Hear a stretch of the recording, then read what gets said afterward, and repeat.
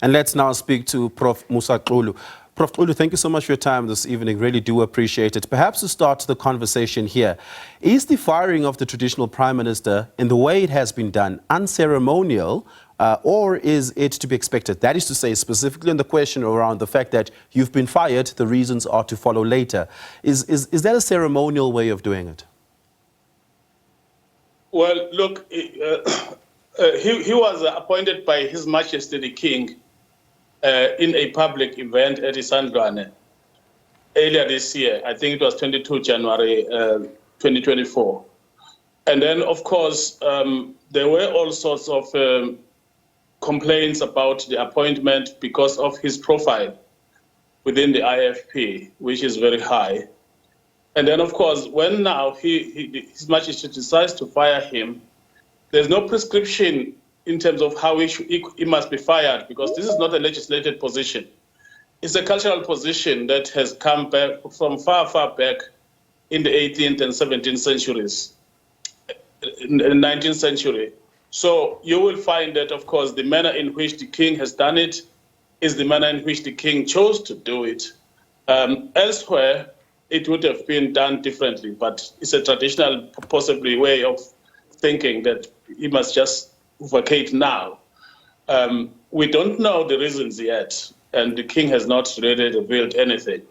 But it looks to me like the reasons will soon come out. Yeah, without speculating about the reasons too much, is this a moment where we see the crossing of the line, or the conflation in the roles of traditional leadership or traditional affairs on the one hand and political affairs on the other hand, coming to a clash where the views of the king at a traditional and perhaps even at a political level may not align with that of the Prime Minister?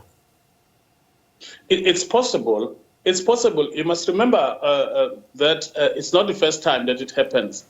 Last year, there was a problem with between the king and the late Prince Mangosuthu Buthelezi, when the late Prince Mangosuthu Buthelezi was complaining about how the affairs of Ingonyama Trust were being handled, and was also complaining about the emergence of Mr. Jacob Mnisi again at that time.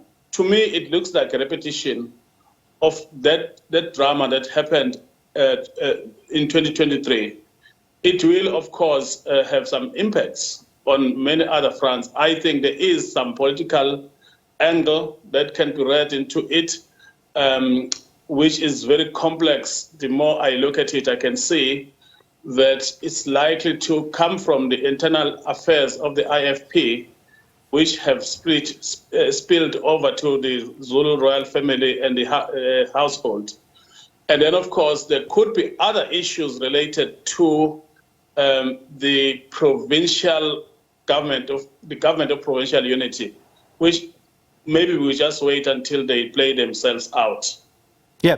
Along with this was also the removal of several members of the board of the Ingonyama Trust. There are questions around whether King Misuzulu has the authority and perhaps even the powers to remove board members. He currently acts as the chairperson of the board in the interim, overseeing the governance of the Ingonyama Trust.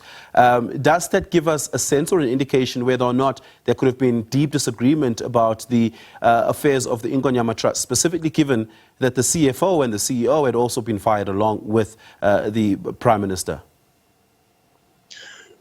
Well, the Ingonyama Trust issues, the king has not been happy with Ingonyama Trust for a long time. I think since he came to power, he has been unsettled. And then eventually he decided to be chairperson himself, which the law allows him to do. But the board is appointed by the National Minister of Land Reform. And therefore, the firing of members of the board should lie with the National Minister of Land Reform, and the firing of the CFO and the CFO lies with the board. So there could be legal challenges there. I can foresee some members of the board going to court over that, questioning the king's authority to remove them.